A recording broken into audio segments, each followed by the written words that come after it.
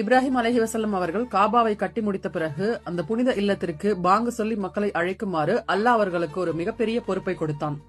அப்போது இப்ராஹிம் அலைஹிவஸல்லம் அவர்கள் ஆச்சரியத்துடன் கேட்டார்கள், யா அல்லாஹ், இது ஒரு வெறிச்சோடிய பள்ளத்தாக்கு, இங்கு யார் வருவார்கள் என்று. அதற்கு அல்லாஹ் பதிலளித்தான், நீங்கள் அழைப்பை செய்யுங்கள், மனிதர்களை இங்கே கொண்டு வருவது எமது பொறுப்பென்று.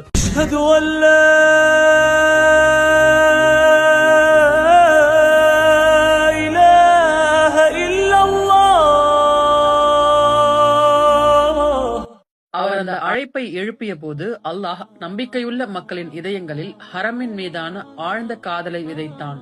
இன்னைக்கு பாருங்க, ஒவ்வொரு நாளும் லட்சக்கணக்கான கோடிக்கணக்கான முஸ்லிம்கள் உலகின் எல்லா மூலைகளிலிருந்தும் வந்து கஹபாவை பார்க்கவும் மஸ்ஜிதுல் ஹரமில் தொழவும் அல்லாஹவை வணங்கவும் கூடுகின்றனர்.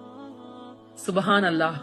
அல்லாஹ் நம் அனைவருக்கும் இந்த புனித இடத்திற்கு செல்லும் பாக்கியத்தை தந்தருள்வானாக. ஆமீன்.